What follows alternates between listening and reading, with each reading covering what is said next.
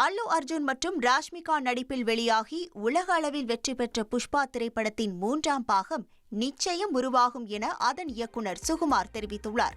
அல்லு அர்ஜுனும் இயக்குனர் சுகுமாரும் மற்ற படங்களில் பிஸியாகிவிட்டதால் புஷ்பா 3 உருவாகாது என்று தகவல் வெளியானது.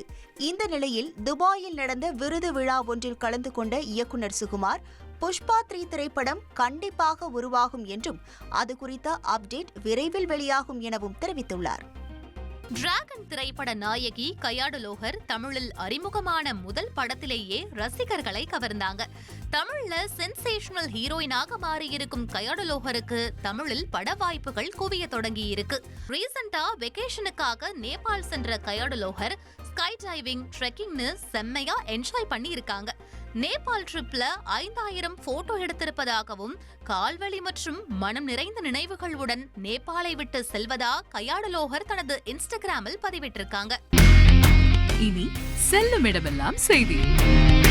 தந்தி டிவியின் வாட்ஸ்அப் சேனலை ஃபாலோ பண்ணினா செல்ல இருக்கும் இடமெல்லாம் செய்தி.